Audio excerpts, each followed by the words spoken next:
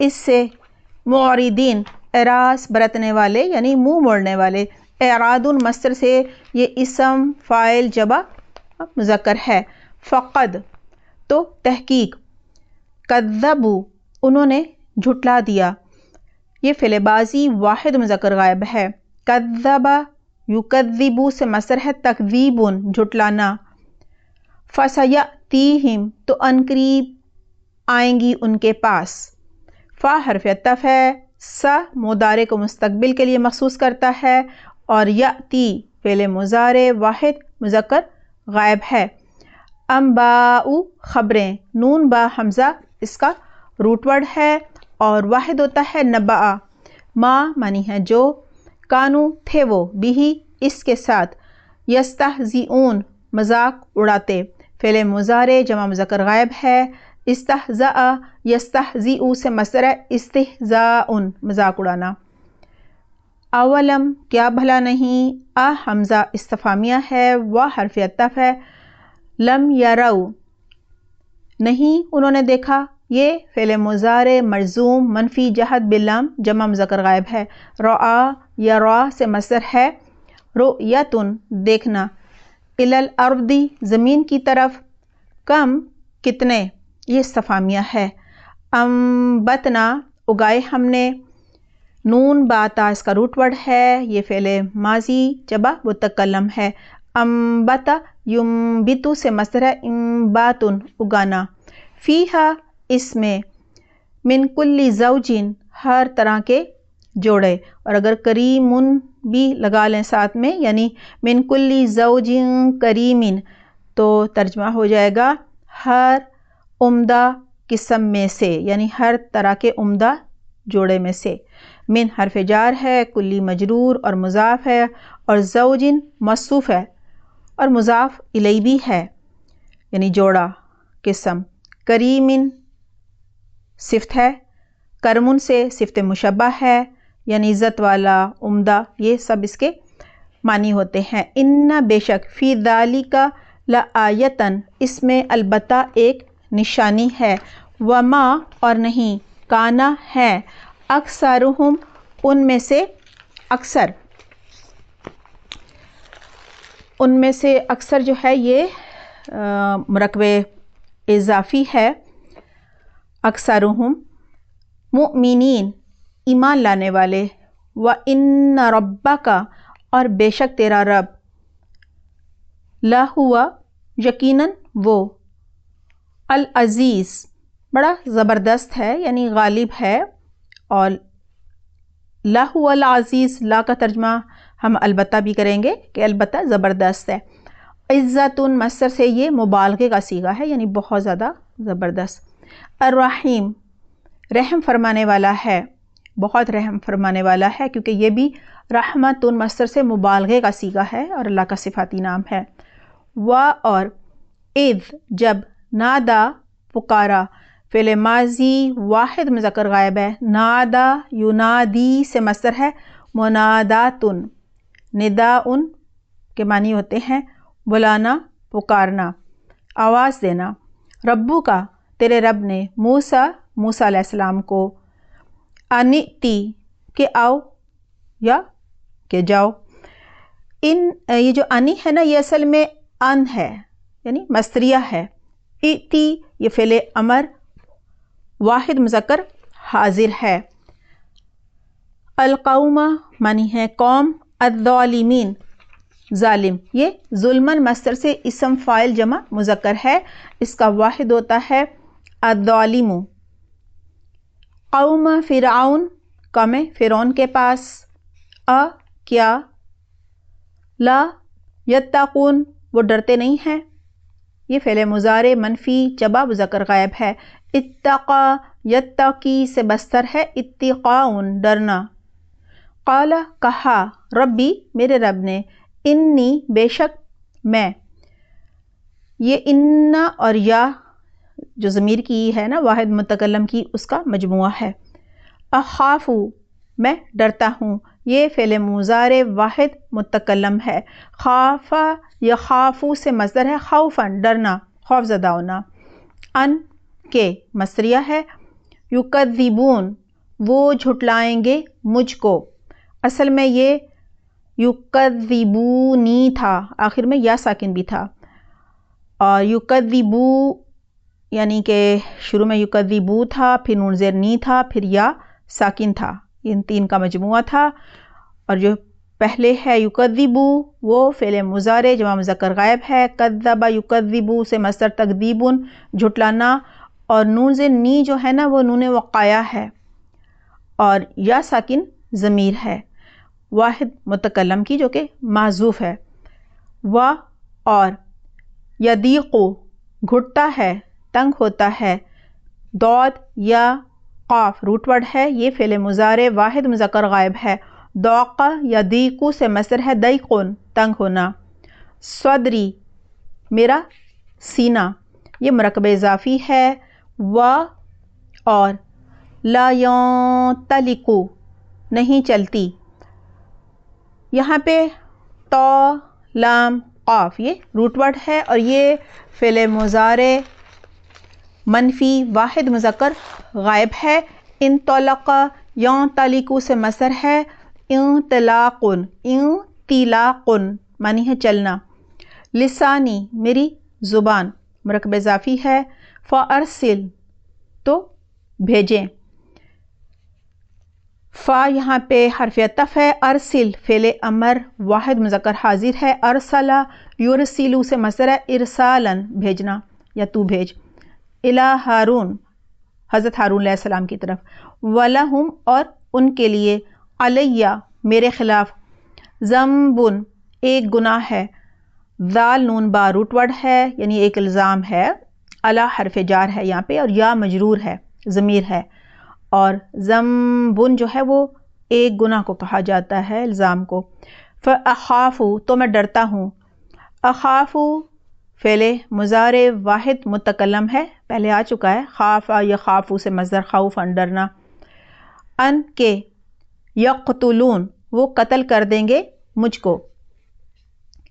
یقتلو فعل مضارع جمع مذکر غائب ہے، قتل یقتلو سے مصدر ہے قتلاً قتل کرنا یا وہ قتل کر دیں گے۔ یہ اصل میں یقتلونی تھا، نون زیر یہ نی، لاسٹ میں یا ساکن بھی تھی، پھر یقتلو کے بعد یہاں پہ نون زیر نی یعنی نون وقایہ بھی ہے، اور پھر یا ساکن بھی ہے ضمیر کی واحد متکلم کی۔ قالا فرمایا، کلا ہرگز نہیں، یہ حرف ردہ ہے۔ فاذهبا پس تم دونوں جاؤ، فا حرف عطف ہے، اذهبا فعل امر تثنیہ مذکر حاضر ہے، ذهب یذهب سے مصدر ہے ذهابا جانا، بآیاتنا ہماری نشانیوں کے ساتھ، انا بے شک ہم، انا حرف مشبہ بالفعل، نا ضمیر، معکم تمہارے ساتھ، ہم تمہارے ساتھ ہیں یہ مطلب ہے، یعنی یہ مرکب اضافی ہے نا۔ مستمعون سننے والے ہیں، استماعون مصدر سے یہ اسم فاعل جمع مذکر ہے۔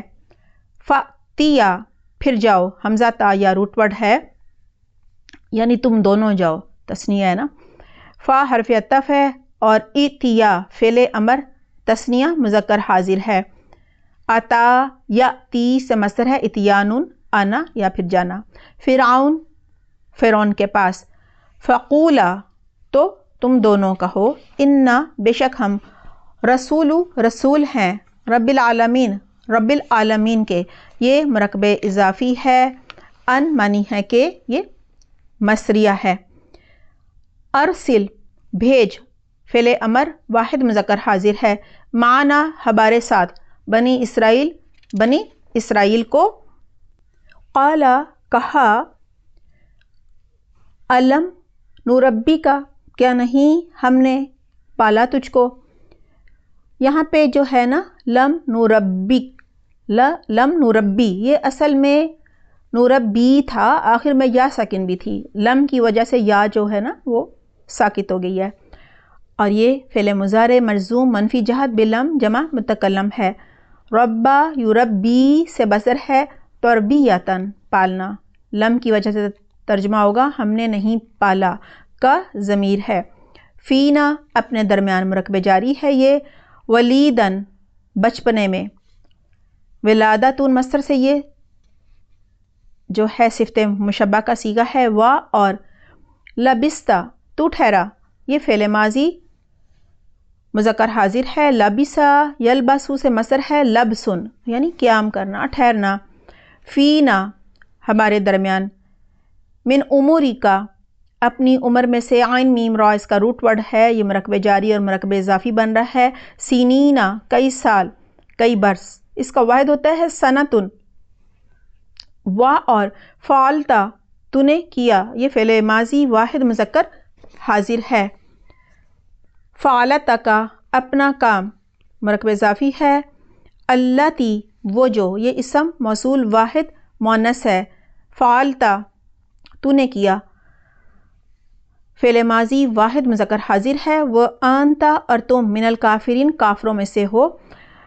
یہ مرکب جاری ہے، قالا کہا، فعلتوہا میں نے کیا اس کو، فعلتو فعل ماضی واحد متکلم ہے، فعلا یفعلو سے مصدر ہے فعلن کرنا، کام کرنا، ہا ضمیر ہے، اذن معنی ہے تب، حرف جزا ہے، وا اور انا میں، من الضالین گمراہ لوگوں میں سے تھا، یہ مرکب جاری ہے، ففررتو تو میں بھاگ گیا، فا را اس کا روٹ ورڈ ہے، شروع میں فا حرف عطف ہے، اور فررتو فعل ماضی واحد متکلم ہے، فرّا یا فرّو سے مصدر ہے، فرن فرارن بھاگ جانا، جان بچانا، منکم تم میں سے، لما جب یہ اسم ظرف ہے، خفتکم میں ڈرا تم سے، خائن و خا واو فا اس کا روٹ ورڈ ہے، خفتو فعل ماضی جمع فعل ماضی واحد متکلم ہے، خفتو، خافا یا خافو سے مصدر خوفاً پہلے بھی آ چکا ہے ڈرنا، فوہبا تو بخش دیا، فا حرف عطف ہے، وہبا فعل ماضی واحد مذکر غائب ہے، وہبا یہبو سے مصدر ہے، وہبن بخشنا، عطا کرنا، لی مجھ کو، یہاں پہ لمز لی حرف جار ہے اور یا ساکن جو ہے وہ مجرور ہے، ربی میرے رب نے، حکمن حکم قوت فیصلہ، و اور جعلنی بنایا مجھ کو، جعل فعل ماضی واحد مذکر غائب ہے، نون نی نون وقایا ہے، یا ساکن ضمیر ہے، من المرسلین رسولوں میں سے، مرکب جاری ہے، و اور تل کا، یہ تل کا اسم اشارہ واحد مؤنث بعید ہے، نعمتن احسان نعمت، تمنونا تم نے یہ احسان کیا، میم نون نون اس کا روٹ ورڈ ہے، تمنو فعل مضارع واحد مذکر حاضر ہے، من یا منو سے مصدر ہے منن، اور ہا ضمیر ہے، علیہ مجھ پر، ان معنی ہے کہ، عبدتا تو نے غلام بنایا، عین با دال اس کا روٹ ورڈ ہے، فعل ماضی واحد مذکر حاضر ہے، عبدہ یعبدو سے مصدر ہے، تعبیدن کسی کو اتنا مجبور کرنا کہ وہ غلاموں کیسے کام کرے، غلام بنا رکھنا مطلب ہے اس کا، بنی اسرائیل، قال کہا، فرعون نے، وما اور کیا ہے، رب العالمین، قال کہا، رب السماواتی رب ہے آسمانوں کا، والارضی اور زمین کا، وما اور جو، بینہما ان دونوں کے درمیان ہے، ان معنی ہے اگر، کنتم ہو تم، موقنین یقین کرنے والے، یا قاف نون اس کا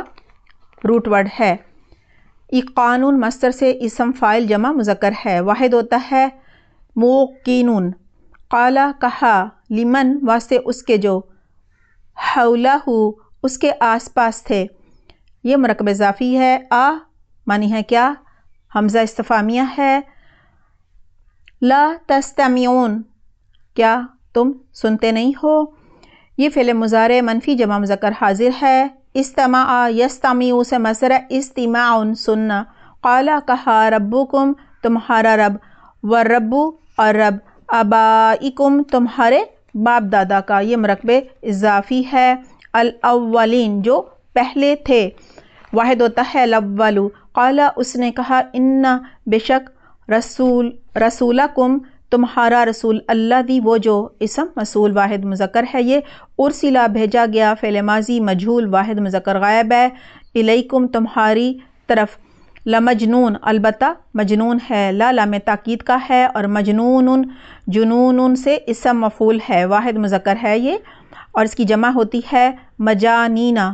قالا کہا، ربو رب ہے، المشرقی والمغربی مشرق اور مغرب کا، وبا اور جو بینہما ان دونوں کے درمیان ہے، ان اگر کنتم ہو تم تعقلون کچھ عقل رکھتے، فعل مضارع جب مذکر حاضر ہے، عقلا یا عقلو سے مصدر ہے، عقلا سمجھنا عقل رکھنا، قالا کہا، لائن البتہ اگر، پہلے یہ سب آ چکے ہیں، اس کے بعد ہے اتخذتا اگر تو نے بنایا، یہ فعل ماضی واحد مذکر حاضر ہے، اتخذا یتخذو سے مصدر ہے، اتخاذن بنانا پکڑنا، الہن کوئی معبود، یہ اسم نکرہ ہے، غیری میرے سوا مرکب اضافی ہے، لأجعلنک البتہ میں ضرور کر دوں گا تجھ کو، اجعلن فعل مضارع موقت بنون نون تاکید ثقیلہ ہے، واحد متکلم ہے، کا ضمیر ہے، من المسجونین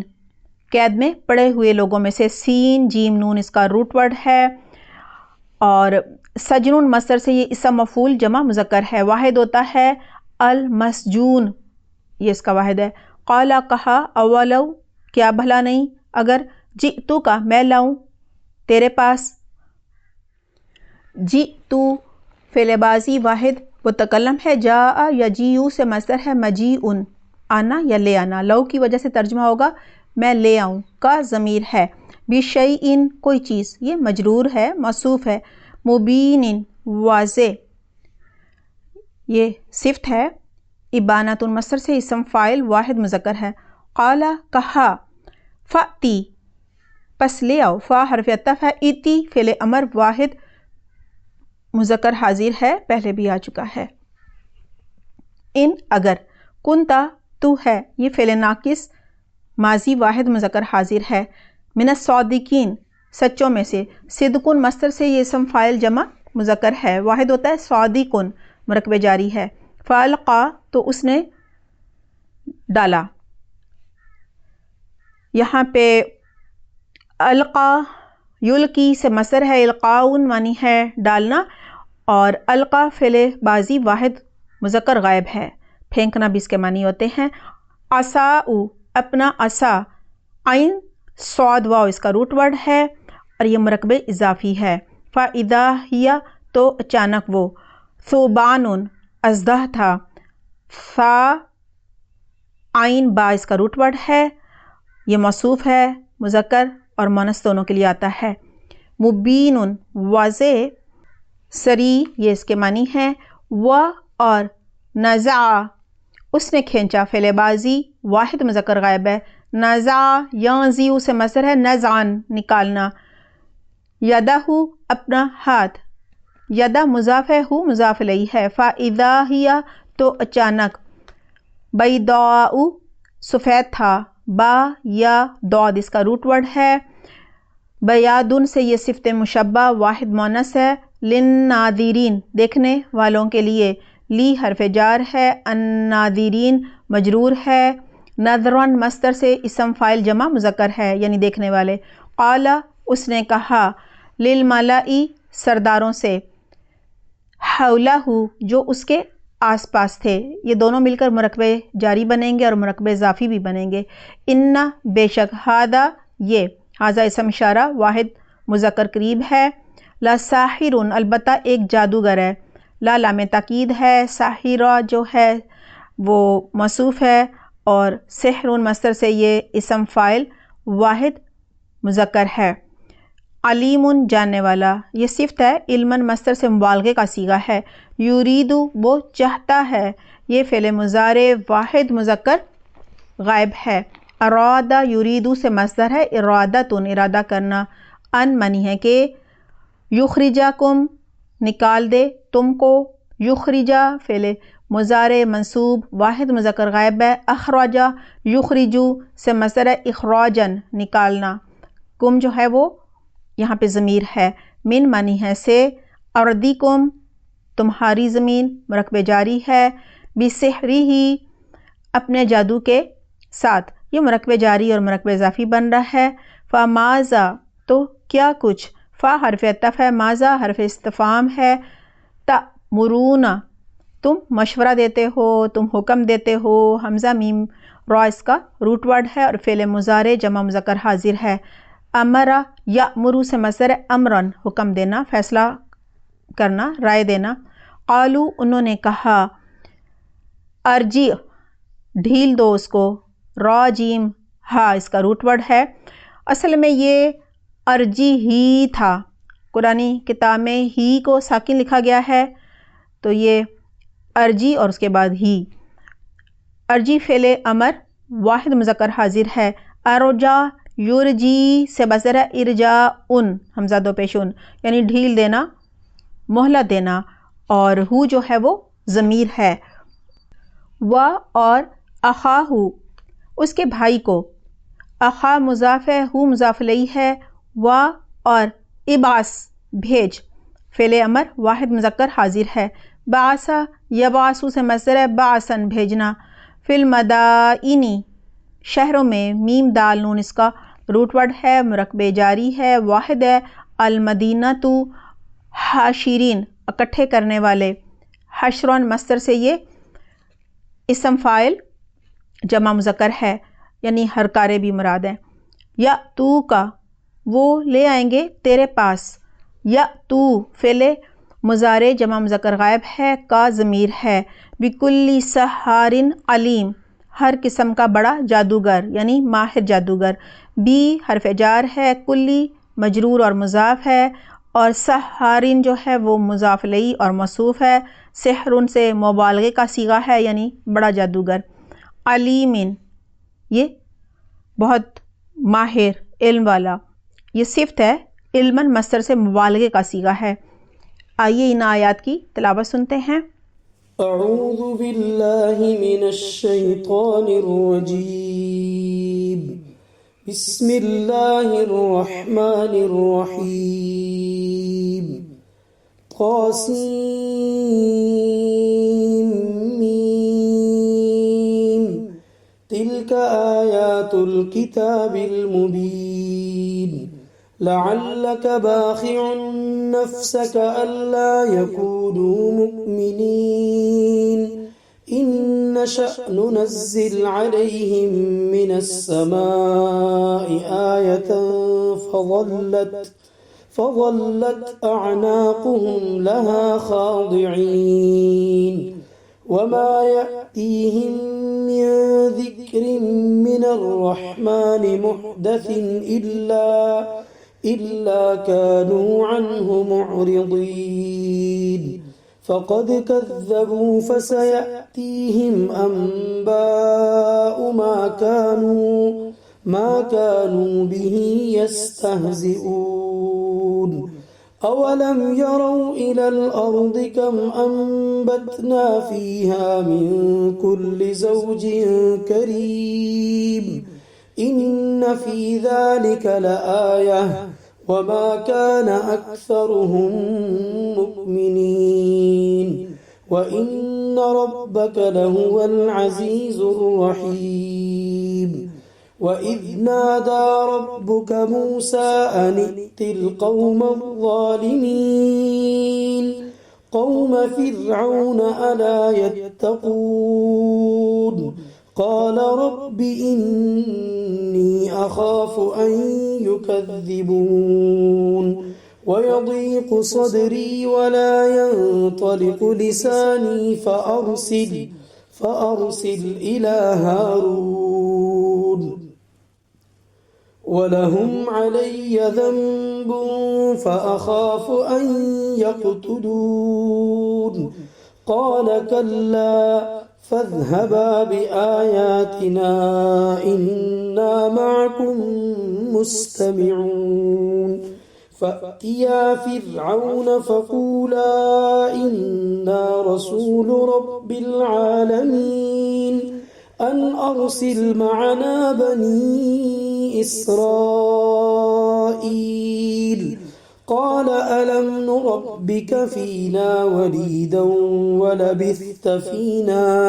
ولبثت فينا من عمرك سنين وفعلت فعلتك التي فعلت وأنت من الكافرين قال فعلتها إذا وأنا من الضالين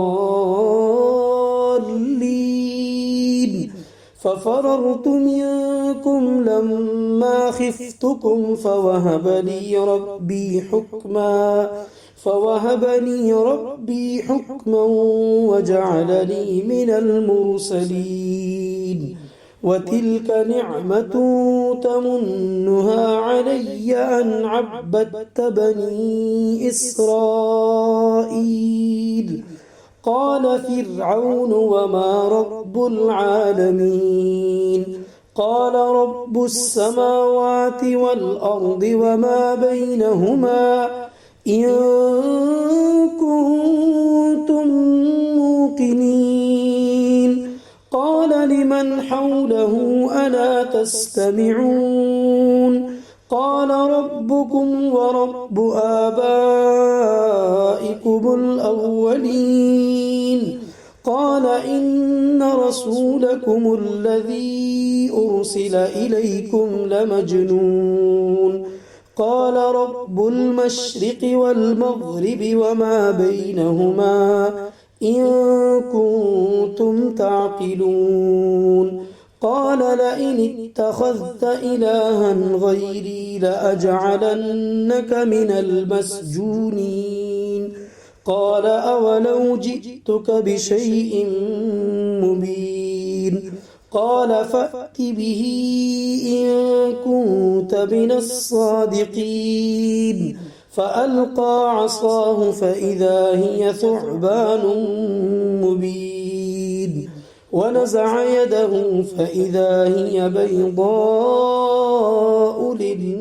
للناظرين قال للملأ حوله إن هذا لساحر عليم يريد أن يخرجكم من أرضكم بسحره فماذا تأمرون قالوا أرجه وأخاه وبعث في المدائن حاشرين يأتوك بكل سحار عليم. الحمدللہ ہم اللہ سبحانہ تعالیٰ کی توفیق سے سورۃ الفرقان کے بعد سورۃ الشعراء کا آغاز کر رہے ہیں. یہ ہے سورۃ الشعراء. سورۃ الشعراء آگے آئے گی. اور دیکھیں سورۃ الشعراء جو ہے یہ شاعر کی جمع ہے. مکی صورت ہے. اس میں 227 آیات ہیں اور آیات کی تعداد کے لحاظ سے اگر دیکھا جائے تو یہ مکی صورتوں میں سب سے بڑی صورت ہے. لیکن اس میں دیکھیں چھوٹی چھوٹی تیز ردم والی آیات ہیں، جبکہ حجم یعنی والیوم کے حساب سے اگر دیکھا جائے تو اس کے اعتبار سے مکی صورتوں میں سورۃ الاعراف سب سے بڑی صورت تھی. اگرچہ یہ صورت بس صف کے درمیانی حصے میں آپ کو نظر آ رہی ہے، لیکن یہ مکہ کے ابتدائی 4 سالوں کے دوران جو ہے وہ نازل ہوئی تھی.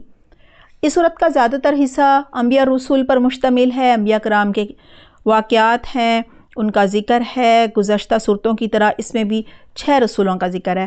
البتہ ان کے جو واقعات ہیں ان کی ترتیب کچھ مختلف ہے اور حضرت ابراہیم علیہ السلام کے ذکر کا اضافہ بھی ہے. سب سے پہلے حضرت موسیٰ علیہ السلام کا ذکر ہے، پھر حضرت ابراہیم علیہ السلام کا ذکر ہے، اس کے بعد باقی 5 رسولوں کا ذکر آئے گا.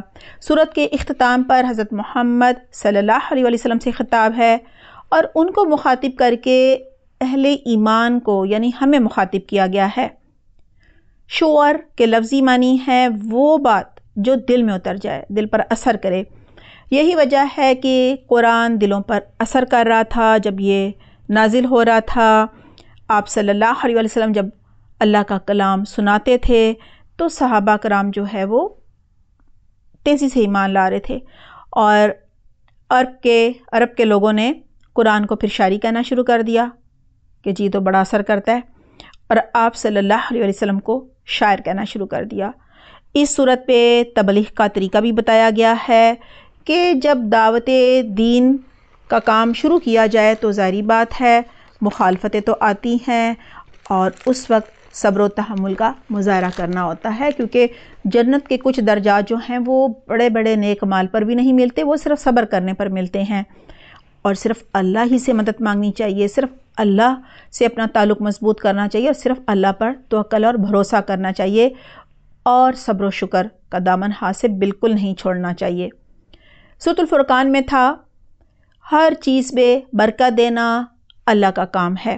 اس صورت میں برکات کے نمونوں کا ذکر ہے، یعنی گزشتہ صورت میں آپ صلی اللہ علیہ وسلم سے متعلق شک و شبہات کا ازالہ کیا گیا تھا۔ اس صورت میں آپ صلی اللہ علیہ وسلم کو تسلی دی جا رہی ہے، ان کی دل جوئی کی جا رہی ہے کہ انکار کرنے والوں کے لیے تباہی کا فیصلہ ہوتا ہی ہے ہمیشہ سے اور ہوگا۔ چلیں سورت کا آغاز کرتے ہیں۔ بسم اللہ الرحمن الرحیم، آیت نمبر 1۔ طاسین میم، طاسین میم حروف مقطعات ہیں، یہ الگ الگ سے پڑھے جاتے ہیں۔ یہ سورت کا نام بھی تصور کیا جاتا ہے کہ شاید یہ سورت کا نام ہو، اور ان کا مطلب جو ہے وہ ہم نہیں جانتے، ان کا مطلب صرف اللہ سبحانہ تعالیٰ کی ذات ہی جانتی ہے، اور ایسا بھی نہیں ہے کہ ان کا مطلب بالکل سمجھ میں نہ آتا ہو۔ جیسے سورہ نون میں اللہ سبحانہ تعالیٰ نے اشارہ فرما دیا تھا کہ نون مچھلی کو کہتے ہیں، اور اس صورت میں حضرت یونس علیہ السلام کا یعنی مچھلی والے کا ذکر تھا۔ اسی طرح تو، یہ جس پر کھڑا زبر بنا ہوتا ہے نا، یہ سام کی علامت بھی سمجھا جاتا ہے، لہٰذا جہاں بھی حروف مقطعات میں یہ تو آ جائے تو وہاں حضرت موسیٰ علیہ السلام کا اور سام کا ذکر بھی ہوتا ہے، جیسا کہ اس صورت میں بھی آپ دیکھیں گے۔ تو اس طرح سے کچھ نہ کچھ ہم ریلیٹ کر بھی لیتے ہیں، باقی واللہ عالم۔ آیت نمبر 2 ہے تلک آیات الکتاب المبین، ترجمہ ہے یہ اس کتاب کی آیات ہیں جو حق کو واضح کرنے والی ہے۔ کہا جا رہا ہے کوئی معمولی بات نہیں ہے، سورۃ الشعراء کی جو آیات ہیں یہ اس قرآن کریم میں سے بیان کی جا رہی ہیں جو بالکل برحق ہے، اور اپنا مدعا، اپنا جو مضمون ہے اس کو واضح کرتا ہے، ٹھیک ہے، واضح کر کے بیان کرتا ہے۔ لہٰذا سورۃ الشعراء بھی دیگر صورتوں کی طرح کہا جا رہا ہے جامع ہے، مکمل ہے، قرآن کریم کا حصہ ہے، اور بالکل برحق ہے، یعنی سچ پر مبنی ہے۔ ایک مطلب یہ بھی ہے کہ سورۃ الشعراء کی آیات سے واضح ہو جاتا ہے کہ یہ اللہ سبحانہ تعالیٰ کا کلام ہے اور محمد صلی اللہ علیہ وسلم پر نازل ہوا ہے، یعنی ایسا کلام کوئی لا ہی نہیں سکتا۔ یہ اتنی واضح، جامع اور خوبصورت اور حکمت پر مبنی آیات ہیں کہ اللہ سبحانہ تعالیٰ کے علاوہ کسی کے بس میں نہیں کہ وہ ایسا کچھ لے کر آئے۔ آیت نمبر 3 ہے لعلک باخع نفسک الا یکونوا مؤمنین، ترجمہ ہے اے نبی شاید کہ آپ اپنے آپ کو ہلاک کر دیں گے اس صدمے میں کہ یہ لوگ ایمان نہیں لا رہے۔ اس آیت پہ اللہ سبحانہ تعالیٰ کی اپنے پیغمبر کے لیے محبت جو ہے وہ نظر آ رہی ہے، اور وہ اپنے پیغمبر کو اللہ سبحانہ تعالیٰ جو ہے وہ تسلی دے رہے ہیں کہ یہ جو منکرین حق ہیں ان کے ایمان نہ لانے پر آپ خود کو ہلکان نہ کریں، آپ صدمہ نہ کریں، کیونکہ ہدایت دینا آپ کی ذمہ داری ہے ہی نہیں، وہ تو میری ذمہ داری ہے، کیونکہ دلوں کے حال تو میں جانتا ہوں۔ ہدایت اسی کو ملے گی جس کے اندر طلب ہوگی، خواہش ہوگی، کیونکہ یہ تو زندگی امتحان کے لیے ہے۔ ہاں، آپ کا کام صرف دعوت دین دینا ہے، بس اتنی ذمہ داری ہے، وہ آپ ٹھیک سے نبھا رہے ہیں۔ لہٰذا اللہ سبحانہ تعالیٰ یہی یہاں پہ فرما رہے ہیں اس آیت میں، ایک تو ان کی ظاہر ہے جو محمد صلی اللہ علیہ وسلم کے لیے محبت ہے وہ بھی نظر آ رہی ہے، اور پھر حضرت محمد صلی اللہ علیہ وسلم کی اپنی امت کے لیے جو تڑپ ہے، ہمدردی ہے اور خیر خواہی ہے وہ بھی نظر آ رہی ہے، یعنی ان کے دل میں انسانیت کے لیے جو خیر خواہی تھی وہ نظر آ رہی ہے کہ وہ غمگین ہو رہے ہیں، انہیں شدید دکھ ہو رہا ہے، صدمہ ہو رہا ہے کہ یہ قریش مکہ کیوں اپنی آخرت خراب کر رہے ہیں اور یہ کیوں ایمان نہیں لے کر آ رہے. یعنی ایک اللہ کو چھوڑ کر انہوں نے تو بیت اللہ کے اندر بھی بت رکھ لیے ہیں اور صفا مروہ پہ بھی بت رکھے ہوئے تھے، اور یہ انہی کا طواف کر رہے ہوتے ہیں اور ادھر ہی صفا مروہ میں بھی وہیں انہی کے چکر لگا رہے ہوتے ہیں. یہ خود ساختہ معبودوں کے آگے کیوں جھکے ہوئے ہیں اللہ کو چھوڑ کر، حالانکہ ان کا خالق، مالک، رازق، مدبر سب تو اللہ ہے. اللہ نے ہی ان کی تقدیر بھی لکھی ہے، تو یہ ایک اللہ کے آگے کیوں نہیں جھکتے. آیت نمبر 4 ہے ان نشأ ننزل علیہم من السماء آیۃ فظلت اعناقہم لہا خاضعین. ترجمہ ہے اگر ہم چاہتے تو ان پر آسمان سے کوئی ایسی نشانی اتارتے کہ جس کے سامنے ان کی گردنیں جھک جاتی، خم ہو جاتی. یہاں اللہ سبحانہ تعالیٰ اپنی مشیت بتا رہے ہیں کہ یہ جو کائنات ہے اور اس میں جو اللہ نے نعمتیں اور کیا کیا اللہ کی تخلیق ہے، یعنی انسان کے لیے اللہ تعالیٰ نے کیا کیا نعمتیں بنائی ہیں، تو یہ سب نعمتیں دے کر ان کی آزمائش ہو رہی ہے. یہ ایک مقصد کے ساتھ پیدا کیے گئے ہیں. اب دیکھا یہ جائے گا کہ ان کے لیے ہدایت کا انتظام بھی کر دیا گیا، پیغمبر بھی آتے رہے، آسمانی کتابیں بھی آ رہی ہیں. اب آخری پیغمبر حضرت محمد صلی اللہ علیہ وسلم بھی آ گئے، آخری آسمانی کتاب قرآن بھی نازل ہو گئی. اب دیکھنا یہ ہے کہ یہ لوگ ایمان لاتے ہیں کہ نہیں لاتے. یہی تو آزمائش ہے، کیونکہ ایمان بالغیب ہی قبول ہوتا ہے. اب معجزے مانگ رہے ہیں، تو صالح علیہ السلام کی قوم جو ہے وہ بھی تو اونٹنی کا اتنا بڑا معجزہ دیکھ کر کون سا ایمان لے آئی تھی نا، بلکہ ظاہر ہے ہلاک کر دی گئی تھی. کیونکہ جب کوئی معجزہ دیکھ کر انکار کرتا ہے تو پھر عذاب آتا ہے، اور آخری امت تھی حضرت محمد صلی اللہ علیہ وسلم کی. اللہ سبحانہ تعالیٰ اسے ہلاک کرنا نہیں چاہتے تھے. یہی وجہ تھی کہ بہت بڑا معجزہ نہیں دیا جا رہا تھا، کیونکہ ایمان بالغیب ہی قبول ہونا ہے. لہٰذا اللہ سبحانہ تعالیٰ نے انسان کو اس مقصد کے لیے نہیں پیدا کیا کہ جبراً اس کو ہدایت پر لایا جائے، بلکہ انسان کو مرضی اور اختیار دے کر پیدا کیا گیا ہے. اب یہی ہر ایک کی آزمائش ہے کہ وہ پیغمبروں کے بتائے ہوئے ہدایت کے راستے کو اختیار کرے، یا اس کی مرضی ہے انکار کرے اور شیطان کی پیروی کرے اور خود کو جہنم کا حقدار ٹھہرا لے.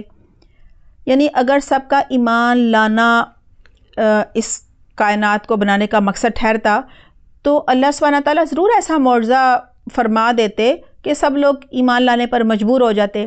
اس معجزے کو دیکھ کر سب کی گردنیں جو ہیں وہ خم ہو جاتی، عاجزی سے جھک جاتی. لیکن ایسا جبری ایمان اللہ کے لیے قابل قبول نہیں ہے. یعنی پھر کائنات بنانے کا مقصد ہی فوت ہو جاتا نا. یہ اللہ کی مشیت کے خلاف ہے.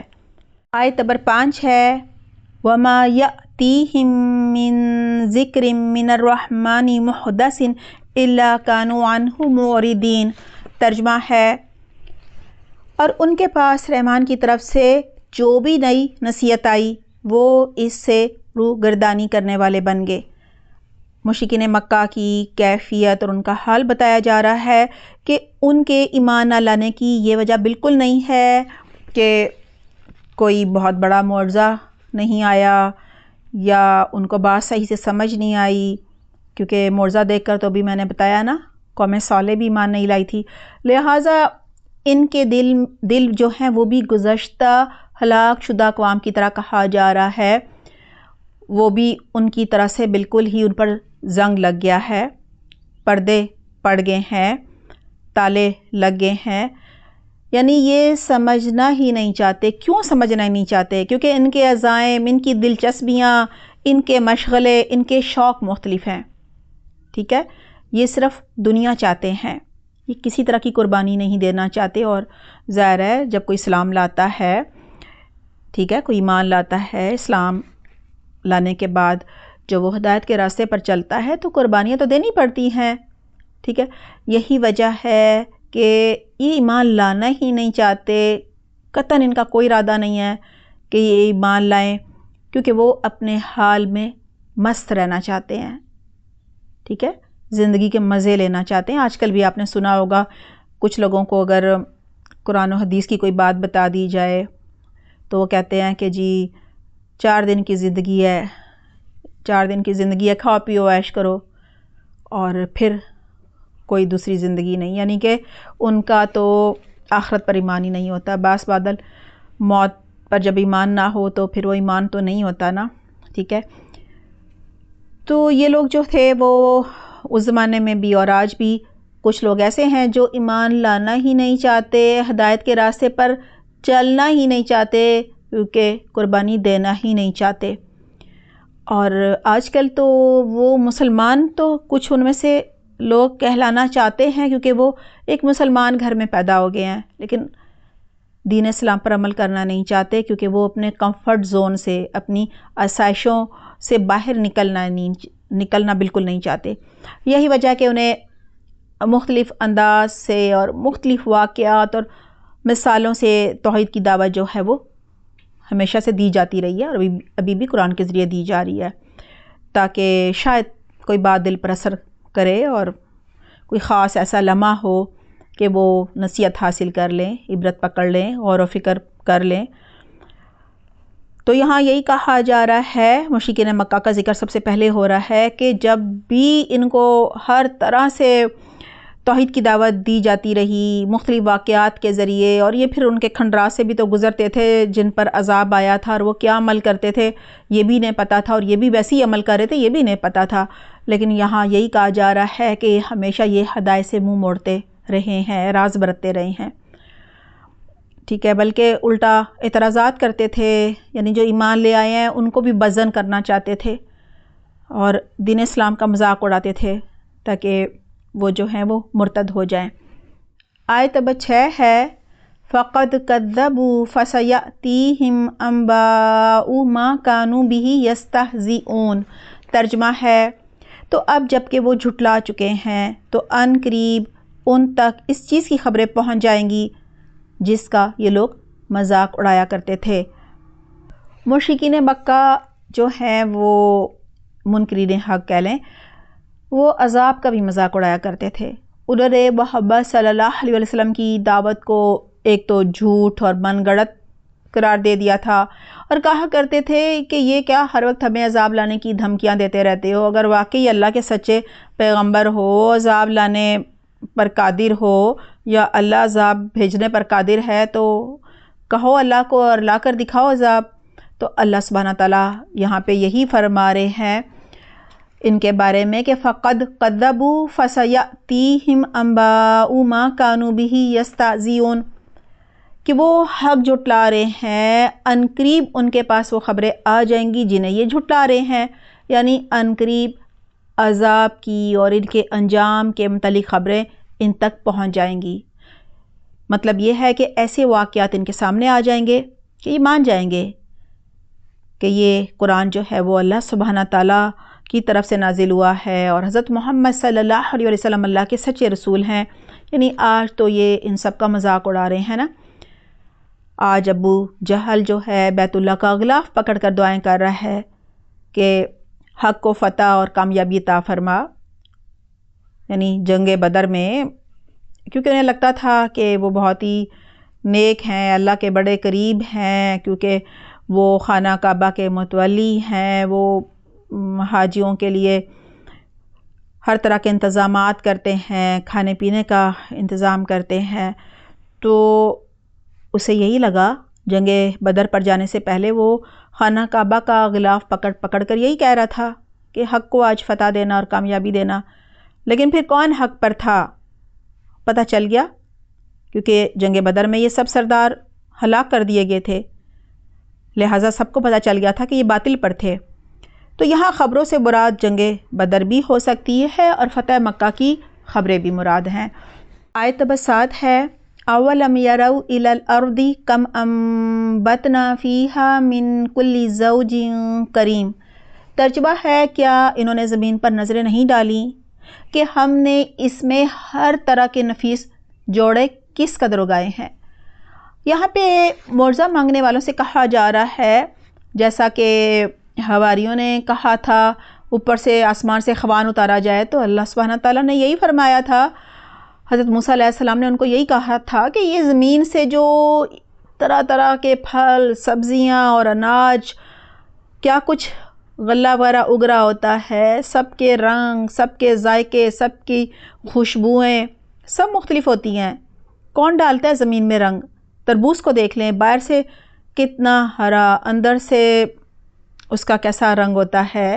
انار کو دیکھ لیں، سیب کو دیکھ لیں، کیلے کو دیکھ لیں، کیا خوبصورت پیکنگ، مالٹے کو دیکھ لیں، خوشبودار پیکنگ۔ یہ کون کرتا ہے؟ لیموں کو دیکھ لیں، سبزیوں کو دیکھ لیں، یہ سب کون کر رہا ہے؟ زمین میں کوئی رنگ نہیں ڈالا جاتا، کوئی ذائقہ نہیں ڈالا جاتا، کوئی خوشبو نہیں ڈالی جاتی، کوئی نیچے بہت بڑی ٹیم نہیں ہے کہ ان کو بنائے بیٹھ کے۔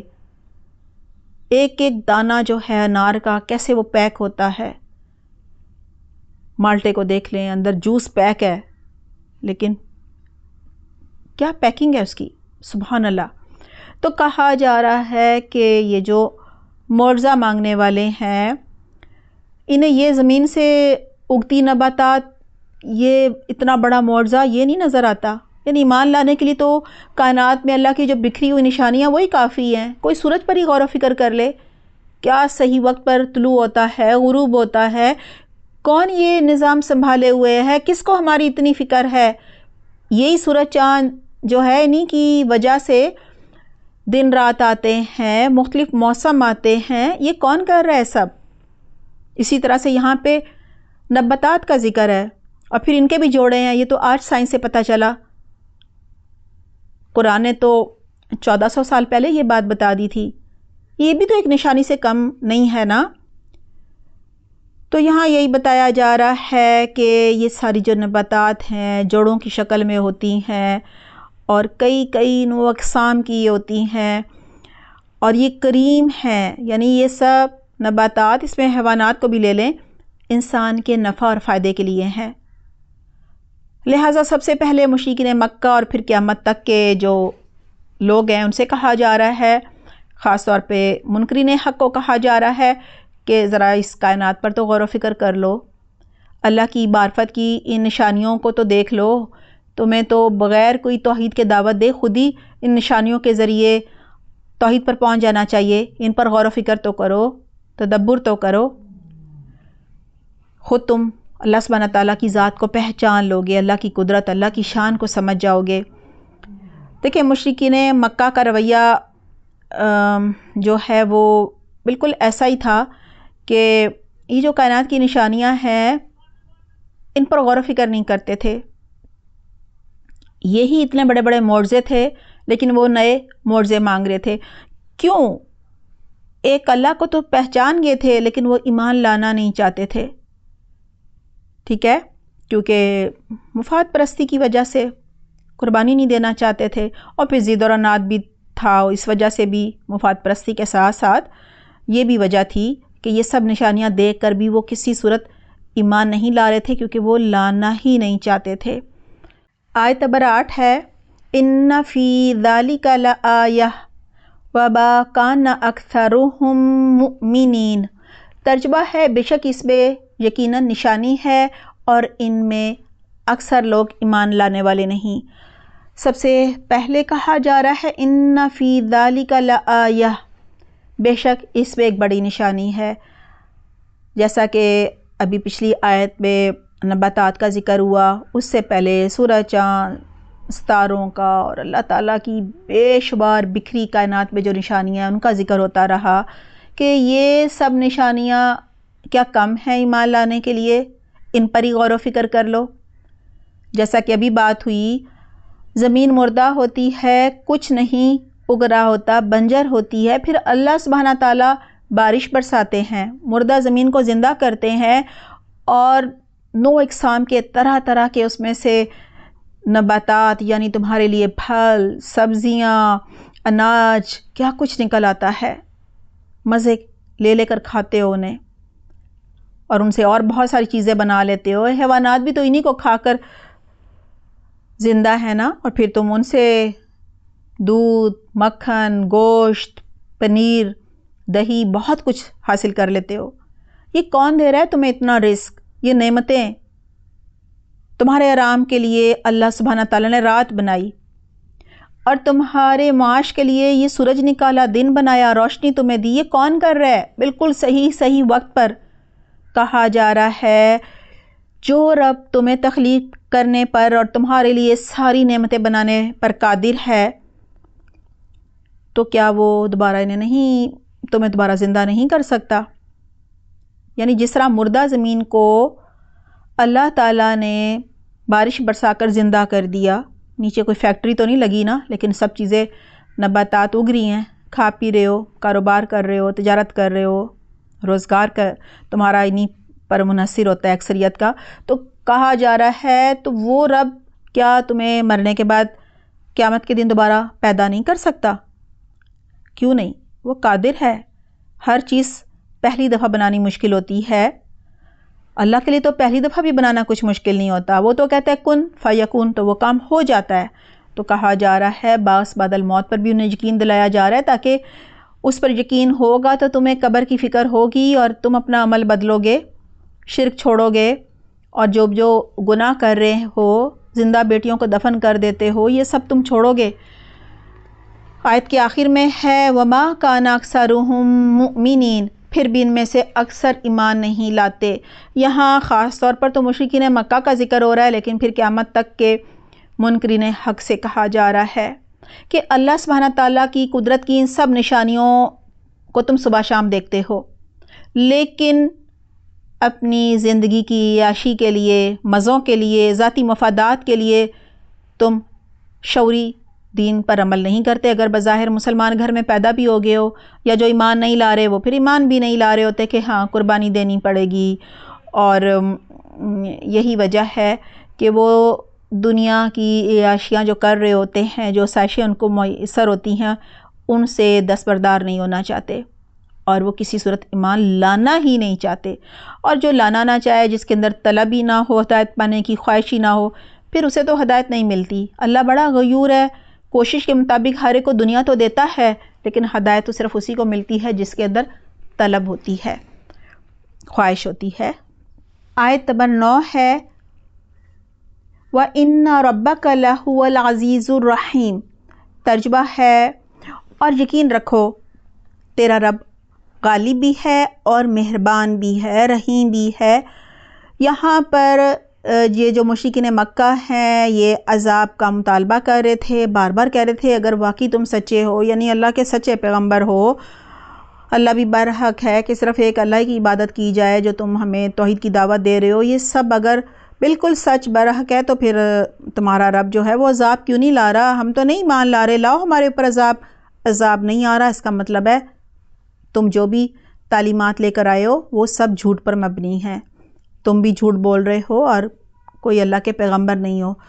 تو یہاں اللہ سبحانہ تعالیٰ ان مذاق اڑانے والوں سے فرما رہے ہیں کہ تم عذاب میں جلدی نہ کرو، کیونکہ اللہ تو ہر چیز پر قادر ہے، وہ زبردست ہے، غلبہ رکھتا ہے، انتقام لینے اور عذاب لانے کی قدرت رکھتا ہے، لیکن وہ رحیم بھی ہے، یعنی اللہ رحم فرمانے والا ہے، فوراً نہیں پکڑتا، حجت پوری کرتا ہے، بار بار ڈھیل دیتا ہے، مہلت دیتا ہے، مواقع دیتا ہے ایمان لانے کے۔ اور جب ایک شخص بار بار حق کا انکار کرتا ہے، ایک دفعہ انکار کیا، ایک دل پر دھبا سیاہ پڑ گیا، پھر سیاہ دھبا پڑا، دوسری دفعہ انکار، ایک وقت آتا ہے پورا دل کالا ہو جاتا ہے، پھر اللہ مواخذہ کرتا ہے، چاہے دنیا میں کرے چاہے آخرت میں کرے۔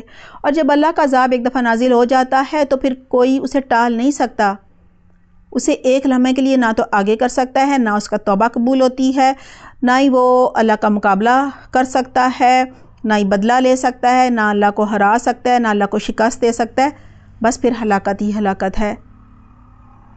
تو اس لیے بہتر ہے ہم آج شعوری ایمان لے آئیں، یہ جو دنیا میں ہمیں غفلت کی زندگی گزار رہے ہیں اسے باہر آ جائیں، ہم اللہ کے کلام کو صحیح تجویز سے، ترجمے سے، فہم سے، تفسیر سے سمجھیں اور اللہ کے ہر حکم پر عمل کریں۔ آپ صلی اللہ علیہ وسلم کی سیرت پڑھیں، ان جیسا اخلاق اپنائیں، اور آپ صلی اللہ علیہ وسلم کی ہر سنت پر عمل کریں۔ ہماری زندگی کا مقصد صرف اللہ کو راضی کرنا ہو جائے۔ اللہ تعالیٰ ہمیں اس کی بہترین توفیق دے۔ آمین اللہم آمین۔ آیت نمبر 10 ہے وَإِذْ نَادَى رَبُّكَ مُوسَىٰ أَنِ ائْتِ الْقَوْمَ الظَّالِمِينَ۔ ترجمہ ہے اور جب آپ کے رب نے موسیٰ علیہ السلام کو آواز دی کہ تو ظالم قوم کے پاس جا، یعنی فرعون اور اس کی قوم کے پاس جا۔ حضرت محمد صلی اللہ علیہ وسلم کو یہ بتا کر تسلی بھی یہاں دی جا رہی ہے۔ حضرت موسیٰ علیہ السلام کا قصہ اس لیے بیان کیا جا رہا ہے کہ ان کی قوم نے بھی جو ہے حضرت موسیٰ علیہ السلام کا مذاق اڑایا تھا، اور جب وہ چھوٹے سے مطلب پیدا ہی ہوئے تھے تو ظاہری بات ہے فرعون تو لڑکوں کو قتل کر رہا تھا۔ یہی وجہ ہے کہ ان کی ماں نے ان کی زندگی بچانے کے لیے انہیں صندوق میں ڈال کر بہا دیا تھا، اور جب کچھ بڑے ہوئے تو ایک قبطی کا قتل ہو گیا، اور پھر وہ انہیں بہا کر مدین جانا پڑا، اور 9-10 سال وہاں گزار کر پھر واپس آئے۔ تو یہاں آئے تو اللہ نے خود ہی انہیں کہا، جب وہ راستے میں ہی تھے ابھی مدین سے مصر جا رہے تھے، تو اللہ سبحانہ تعالیٰ نے کہا کہ جاؤ فرعون کے پاس اور اس کی قوم کے پاس۔ تو کہا جا رہا ہے کہ اللہ سبحانہ تعالیٰ تسلی دے رہے ہیں آپ صلی اللہ علیہ وسلم کو کہ ان پر بھی کیا کیا آزمائشیں آئیں، انہیں بھی شاعر، جادوگر سب کچھ کہا گیا۔ اور اس آیت میں حضرت موسیٰ علیہ السلام کو آغاز رسالت میں جو فرعون اور اس کے درباریوں کے پاس بھیجا گیا تھا اسی کا ذکر ہے کہ اللہ سبحانہ تعالیٰ نے حضرت موسیٰ علیہ السلام سے فرمایا تھا کہ فرعون کے پاس جاؤ، وہ سرکش ہو گیا ہے، وہ ظلم کر رہا ہے، خدائی کا دعویٰ کر رہا ہے۔ ظلم کیا تھا؟ بنی اسرائیل کے بیٹوں کو ذبح کر دیتا تھا، ان کی عورتوں کو لونڈیاں بنا لیتا تھا، کچھ لڑکوں کو زندہ بھی رکھتا تھا 1 سال تاکہ غلام بھی جو ہیں وہ بھی بنتے رہیں، اور بہت مشقت والے کام ان سے لیا کرتا تھا جس میں ان کی زندگیاں چلی جایا کرتی تھیں۔ اور یہاں ایک اور چیز سمجھنے کی ضرورت ہے کہ حضرت موسیٰ علیہ السلام اس قوم کی طرف جا رہے تھے، اس قوم کے سردار کے پاس جا رہے تھے جو ان کا آقا تھا، کیونکہ حضرت موسیٰ علیہ السلام کی قوم تو فرعون کی غلام تھی نا، لہٰذا حضرت موسیٰ علیہ السلام فرعون کی طرف مبعوث کیے گئے تھے، یعنی جس کے گھر میں موسیٰ علیہ السلام نے پرورش پائی تھی، اور جیسا کہ ابھی میں نے بتایا کہ ظاہر ہے وہ جو قتل ہو گیا تھا اس کی وجہ سے ان پر جو ہے پھانسی دینے کا بھی حکم تھا، یہ بھاگ گئے تھے اسی وجہ سے مصر چھوڑ کر۔ تو یعنی کتنا ان پر مشکل اور کڑا وقت تھا کہ وہ ایسے فرعون کو انہوں نے دعوت توحید دینی تھی جو اسے تلاش کر رہا تھا کہ یہ ملے تو اس کو پھانسی دی جائے، اور ان کی جو قوم تھی وہ تو غلام تھی، جبکہ آپ صلی اللہ علیہ وسلم کے رشتہ دار ہمسر تھے، ٹھیک ہے، معاشرتی لحاظ سے یعنی وہ آپ صلی اللہ علیہ وسلم سے کمتر درجہ رکھتے تھے۔ یہی وجہ ہے کہ حضرت موسیٰ علیہ السلام کے حالات بتا کر آپ صلی اللہ علیہ وسلم کو تسلی دی جا رہی ہے کہ دیکھیں گزشتہ انبیاء کرام پر تو آپ سے بھی زیادہ سخت اور سنگین حالات جو تھے وہ انہیں درپیش تھے، لیکن انہوں نے بھی استقامت کے ساتھ حالات کا مقابلہ کیا، اور بالآخر اللہ سبحانہ تعالیٰ نے انہیں فتح بھی نصیب فرمائی۔ فرعون اور اس کے لشکروں کا حضرت موسیٰ علیہ السلام اور بنی اسرائیل کی آنکھوں کے سامنے ڈبویا تھا نا۔ تو کہا جا رہا ہے کہ اللہ سبحانہ تعالیٰ ظاہر آزمائش سے گزارنے کے بعد ہمیشہ اپنے پیغمبروں کی اور ان پر ایمان لانے والوں کی مدد فرماتا ہے۔ تو اچھے دنوں کا ہمیں بھی انتظار کرنا چاہیے، اچھے دن تو ضرور آتے ہیں، ہر رات کے بعد دن تو آتا ہی ہے، سورج تو نکلتا ہی ہے۔ آیت نمبر 11 ہے قوم فرعون الا یتقون، قوم فرعون کے پاس کیا وہ ڈرتے نہیں ہیں، پرہیزگاری اختیار نہیں کرتے؟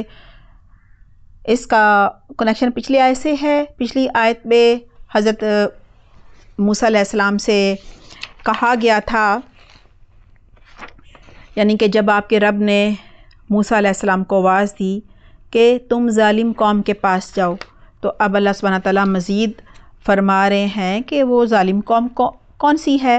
تو کہا جا رہا ہے کہ وہ ظالم قوم فرعون ہے، قوم فرعون کے پاس جاؤ، کیونکہ وہ اللہ سے ڈرتے نہیں ہیں، اور قوم فرعون سے پوچھو کہ کیا تم اللہ سے نہیں ڈرو گے، اللہ کا تقوی اختیار نہیں کرو گے، یعنی اپنے اس ظلم کو نہیں چھوڑو گے، بنی اسرائیل کے جو بچوں کو ذبح کر رہے ہو اس سے باز نہیں آؤ گے، ان کی عورتوں کو تم غلام بناتے ہو، کیا اس اپنے عمل کو نہیں چھوڑو گے، ان کے مردوں کو بھی تم نے سخت مشقت والے کاموں میں لگایا ہوا ہے، تو کیا تم نہیں ڈرو گے اللہ سے، اللہ کا تقوی اختیار نہیں کرو گے۔ آیت نمبر 12 ہے قال ربی انی اخاف ان یکذبون، اس نے عرض کیا اے میرے رب مجھے اندیشہ ہے کہ وہ مجھے جھٹلا دیں گے، مجھے جھوٹا کہیں گے اور مجھے پیغمبر نہیں مانیں گے۔ اس کی کیا کیا وجوہات تھیں، پہلے بھی بات ہو گئی۔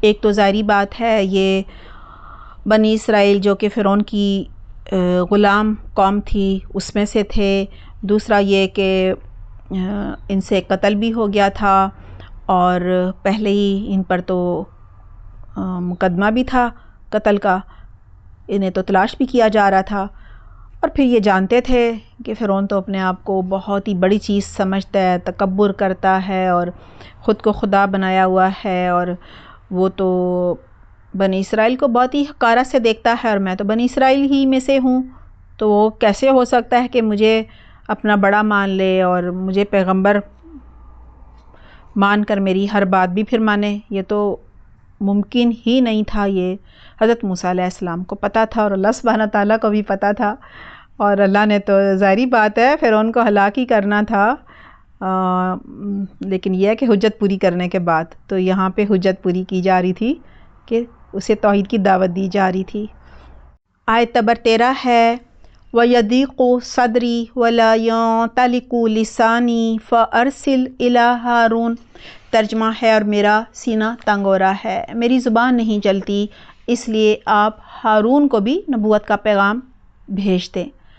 یہاں پہ حضرت موسیٰ علیہ السلام یہ نہیں ہے کہ اللہ سبحانہ تعالیٰ کے اس حکم کا انکار کر رہے ہیں، وہ جانے کو تیار ہیں، لیکن وہ کہہ رہے ہیں کہ میرا سینہ تنگ ہو رہا ہے، ظاہر ہے قتل بھی کر دیا ہے اور غلام قوم میں سے بھی ہوں، میرا دل جو ہے اس میں گھٹن ہو رہی ہے، دم گھٹ رہا ہے یہ کہہ لیں، کیونکہ وہ میرا انکار ہی کرے گا، بلکہ ہو سکتا ہے مجھے پھانسی کی سزا بھی دے دے، ویسے ہی وہ بہت ظالم اور سرکش ہے، اور کہاں یہ کہ میرے سے ایک قبطی کا قتل بھی ہو گیا ہے۔ اور یہاں سے یہ بھی پتہ چلتا ہے کہ یہ جو خوف طبعی خوف ہوتا ہے یہ انبیاء کرام کو بھی ہو سکتا ہے، وہ بھی انسان ہوتے ہیں۔ پھر یہاں پہ دیکھیں وہ کہہ رہے ہیں کہ وَلَا يَنطَلِقُ لِسَانِي، اور میری زبان نہیں چلتی، کیونکہ یعنی میری زبان جو ہے رواں نہیں ہے، میں اچھا بول نہیں سکتا جیسا کہ میرا بھائی بولتا ہے۔ یہاں سے یہ بھی پتہ چلتا ہے کہ حضرت موسیٰ علیہ السلام زیادہ فصیح اللسان نہیں تھے، یہ بھی کہا جاتا ہے کہ بچپن میں ان کی زبان پر انگارہ رکھ دیا گیا تھا، اور جس کی وجہ سے لکنت پیدا ہو گئی تھی۔ تو اللہ سبحانہ تعالیٰ جو ہیں وہ کسی کو بھی اپنے دین کی خدمت کے لیے چن سکتے ہیں، اور اگر اس میں اس طرح کی کمی کوتاہیاں ہوں تو وہ بھی اللہ تعالیٰ اس سے بھی دین کا کام لے لیتے ہیں۔ اللہ سبحانہ تعالیٰ اصل چیز تو دل دیکھتے ہیں، اور اسی پر فیصلے ہوتے ہیں سارے۔ پھر وہ یہ بھی کہہ رہے ہیں فَأَرْسِلْ إِلَىٰ ہارون، پس بھیج ہارون کی طرف بھی نبوت رسالت۔ حضرت موسیٰ علیہ السلام میں دیکھیں کوئی بڑائی تکبر یا غرور نہیں ہے، بلکہ بڑی ہی یہاں پہ عاجزی سے وہ کہہ رہے ہیں کہ میرے بھائی کو یعنی ہارون علیہ السلام کو ایک اور جگہ بھی ہے نا کہ میرا مددگار بنا دے، یعنی ان کی طرف بھی نبوت بھیج دے، یہ نہیں کہہ رہے کہ مجھے نہ بھیج صرف ان کو بھیج بلکہ میرے ساتھ ان کو بھی بھیج دے، یعنی میرا مددگار میرے بھائی کو بنا دے، وہ بھی پیغمبر ہوگا، وہ بول بھی اچھا سکتا ہے، تو جہاں بولنا پڑے گا وہاں وہ بول لے گا۔ یہاں پہ وہ اصل میں ان کا مقصد یہی ہے کہ اللہ کا پیغام جو ہے وہ صحیح طریقے سے پہنچ جائے دوسروں تک، یہ ان کو نہیں ہے کہ میں ہی بڑا بنوں اور میں ہی پیغام پہنچاؤں، بس پہنچ جائے، ان کے دل بدل جائے اور وہ ایمان لے آئے، یہ مقصد ہے ان کا۔ آیت نمبر 14 ہے وَلَهُمْ عَلَيَّ ذَنْبٌ فَأَخَافُ أَنْ يَقْتُلُونِ، ترجمہ ہے اور ان کا مجھ پر میرے ایک قصور کا دعویٰ بھی ہے۔ جیسا کہ پہلے بات ہوئی، وہ کہہ رہے ہیں مجھے ڈر ہے کہ کہیں وہ مجھے مار نہ ڈالے۔ وہی قبطی کے قتل کی طرف اشارہ ہے کہ غیر ارادی طور پر مکہ مارا تھا تو وہ مر ہی گیا تھا، اور حضرت موسیٰ علیہ السلام کو جب پتہ چلا کہ فرعون جو ہے وہ قبطی کے قتل میں انہیں قتل کرنا چاہتا ہے، تو پھر یہ وہاں سے مصر سے مدین چلے آئے تھے، اور اس واقعے کے 10-12 سال بعد انہیں فرعون کے دربار میں اب جانے کو اللہ سبحانہ تعالیٰ فرما رہے تھے۔ تو حضرت موسیٰ علیہ السلام کا یہ ڈر تو جائز تھا نا کہ فرعون مجھے پکڑ کر قتل کر دے گا۔ آیت نمبر 15 ہے قَالَ كَلَّا فَاذْهَبَا بِآيَاتِنَا إِنَّا مَعَكُمْ مُسْتَمِعُونَ، ترجمہ ہے فرمایا ہرگز ایسا نہ ہوگا، تم دونوں ہی ہماری نشانیاں لے کر جاؤ، ہم خود سننے والے ہیں تمہارے ساتھ۔ اللہ سبحانہ تعالیٰ حضرت موسیٰ علیہ السلام کو تسلی دے رہے ہیں، فرما رہے ہیں کہ ہاں تم اور تمہارا بھائی ہارون دونوں ہی میری یہ نشانیاں یعنی عصا اور ید بیضا جو ہے لے کر جاؤ فرعون کے پاس، اور گھبراؤ بالکل نہیں، کیونکہ میں سب سن رہا ہوں گا۔ یعنی تم جو بھی باتیں کرو گے، جو بھی سنو گے، جو بھی جواب دو گے، میں تمہارے ساتھ ہوں گا، یعنی میری مدد تمہارے ساتھ ہوگی اور میں سب دیکھ رہا ہوں گا۔ آیت نمبر 16 ہے فَأْتِيَا فِرْعَوْنَ فَقُولَا إِنَّا رَسُولُ رَبِّ الْعَالَمِينَ، ترجمہ ہے تم دونوں فرعون کے پاس جا کر کہو کہ یقیناً ہم رب العالمین کے بھیجے ہوئے ہیں، یعنی ہم اللہ سبحانہ تعالیٰ کے بھیجے ہوئے رسول ہیں، پیغامبر ہیں، یعنی یہ ہمارا سٹیٹس ہے۔ فرعون خود کو دیکھیں خدا کہتا تھا نا، تو یہاں یہی کہا جا رہا ہے کہ رب العالمین کا تم تعارف کرواؤ، ٹھیک ہے؟ رب العالمین کون ہے؟ جہاں کو پالنے والا ہے، خالق ہے، مالک ہے، رازق ہے، مدبر ہے، تقدیر کا مالک ہے، یہ سب اس کو جا کے بتاؤ۔ آیت نمبر 17 ہے ان ارسل معنا بنی اسرائیل، کہ تم ہمارے ساتھ بنی اسرائیل کو بھیج دو۔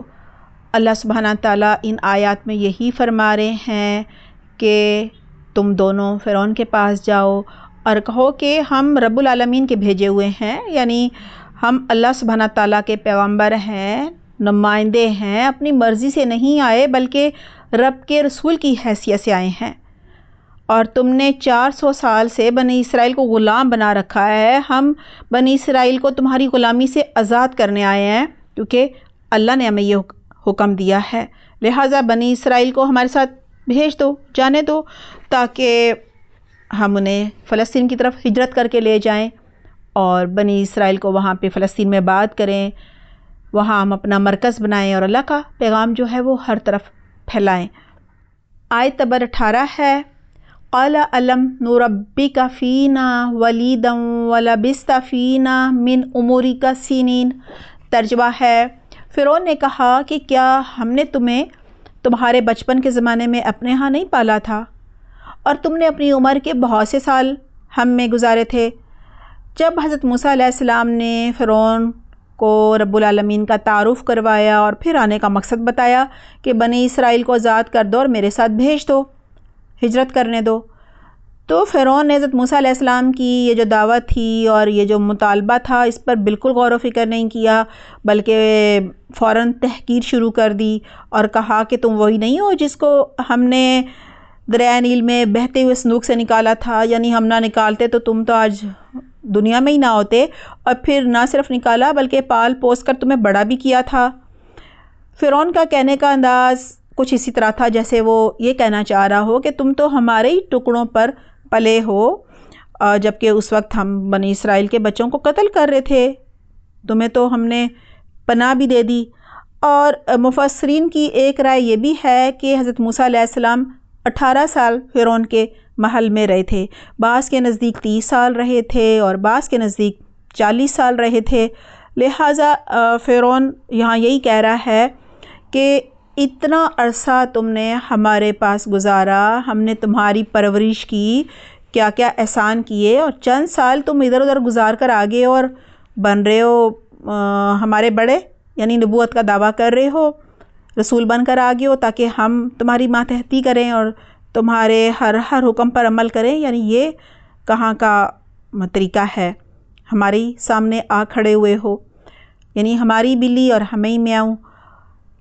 کہا جاتا ہے یہ وہ فرعون نہیں تھا جس کے گھر میں حضرت موسیٰ علیہ السلام نے پرورش پائی تھی، البتہ یہ اس فرعون کا بیٹا تھا اور اس گھر میں ظاہر ہے بھائیوں کی طرح ہی پھر پلے بڑے تھے.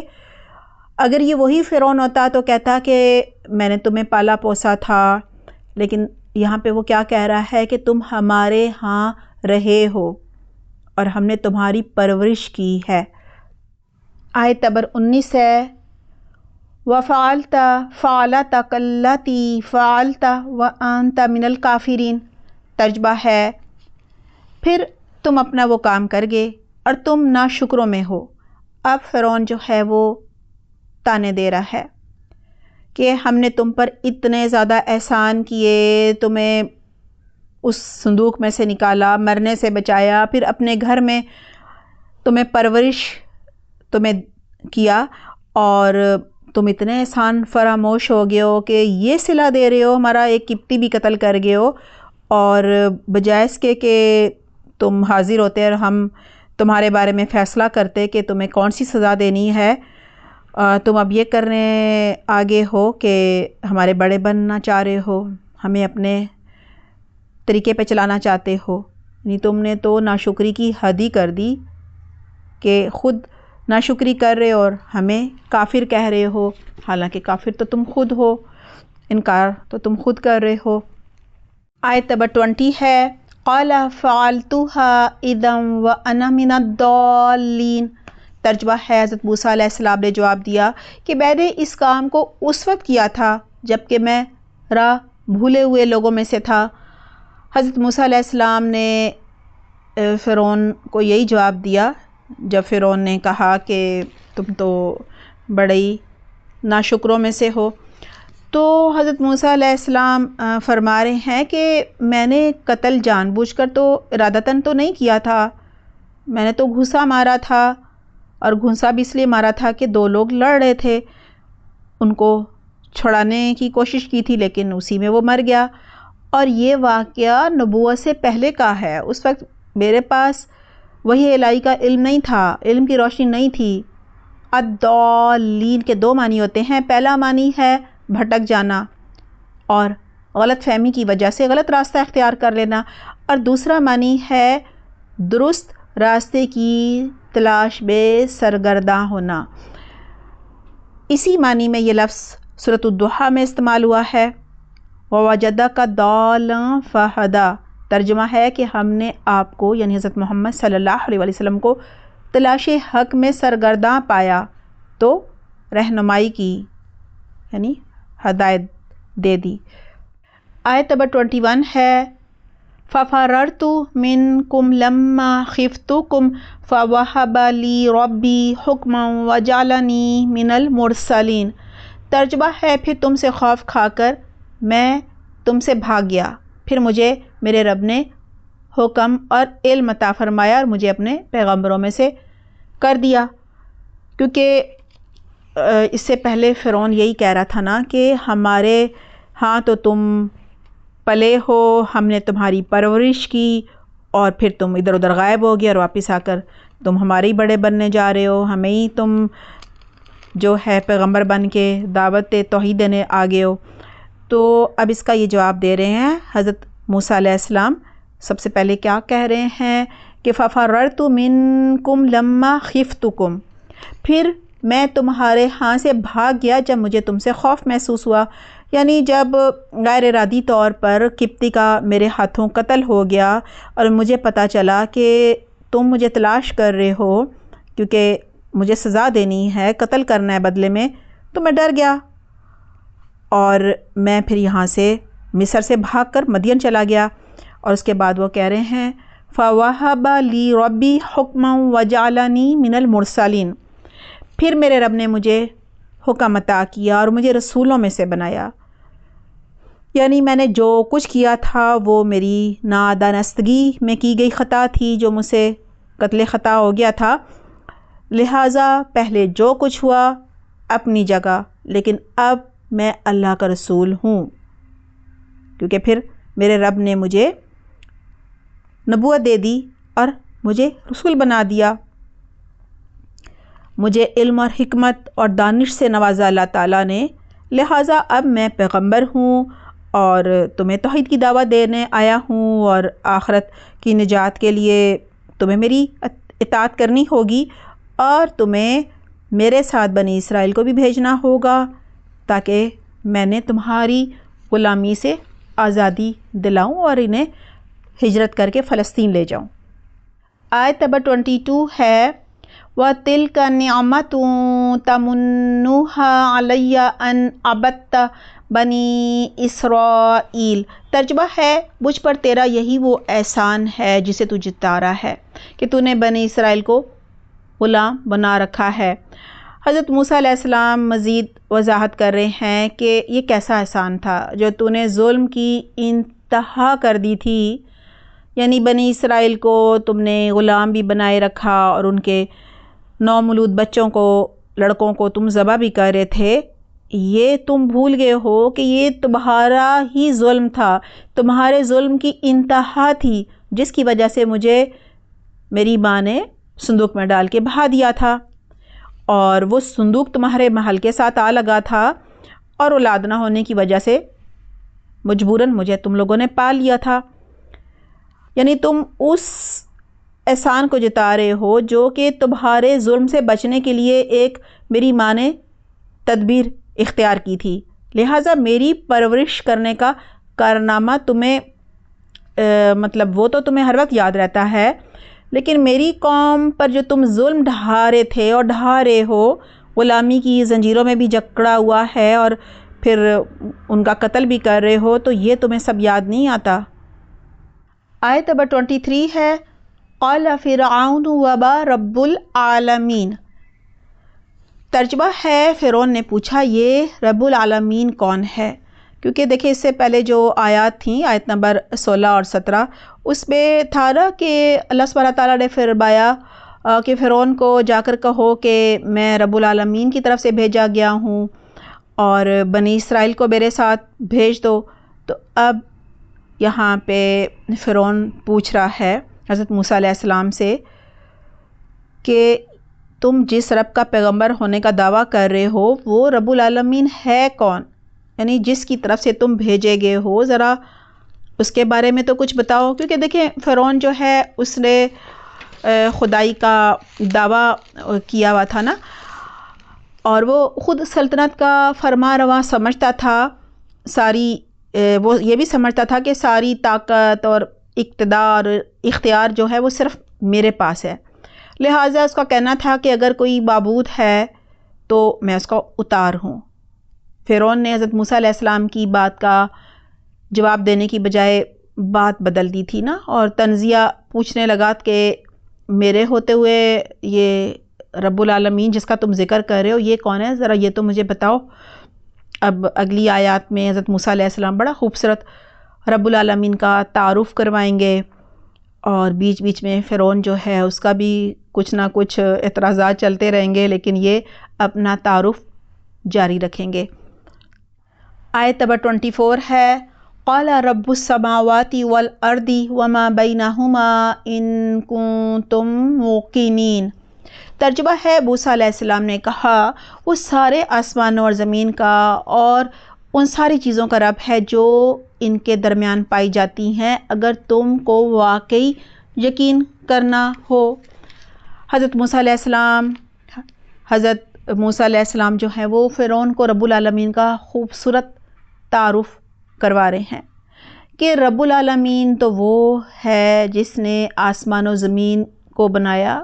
وہ نہ صرف ان کا مالک ہے بلکہ آسمان و زمین کے درمیان جتنی بھی چیزیں پائی جاتی ہیں وہ ان سب کا خالق ہے، مالک بھی ہے، رازق بھی ہے، مدبر بھی ہے، تقدیر کا مالک بھی ہے. یعنی رب العالمین اس ساری کائنات کا خالق و مالک ہے. اگر تمہیں اس بات کا یقین ہے کہ اس کائنات کو تخلیق کرنے والی کوئی ہستی موجود ہے، اگر تم مانتے ہو کہ کوئی ہستی ہے جس نے یہ کائنات بنائی ہے، تو سمجھ لو کہ وہ ہستی رب العالمین ہے، اور اسی ہستی کی طرف سے یعنی رب العالمین کی طرف سے رسول بنا کر میں تمہارے پاس بھیجا گیا ہوں، اور تمہیں میں ہی رب العالمین کا پیغام دے رہا ہوں جس کا میں پیغمبر ہوں۔ آیت نمبر 25 ہے قال لمن حولہ الا تستمعون۔ ترجمہ ہے فرعون نے اپنے ارد گرد کے لوگوں سے کہا سن رہے ہو کہ نہیں؟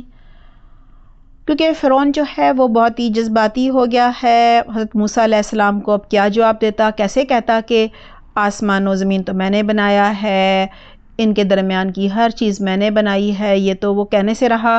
لہٰذا اب وہ اہل دربار کو بھی ابھارنا چاہ رہا ہے، انہیں بھی اپنی گفتگو میں شامل کرنا چاہ رہا ہے، لہٰذا اب یہ ان سے کہہ رہا ہے، اپنے درباریوں سے، اپنے جو اہل دربار ہے کہ ارے سنتے ہو یہ موسیٰ کیا بات کر رہا ہے، یعنی بڑی تعجب اور حیرت کی بات ہے کہ میرے سوا بھی کوئی معبود ہے۔